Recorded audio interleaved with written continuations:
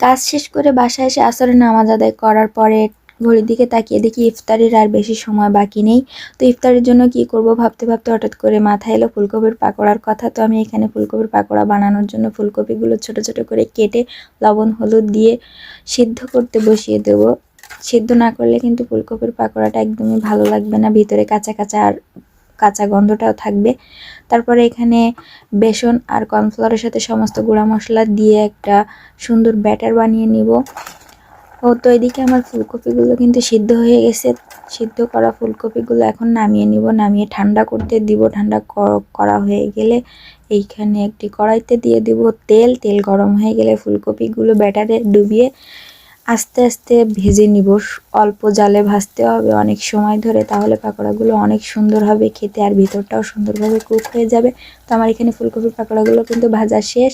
কেমন লাগলো কমেন্ট করে জানাবেন সবাই।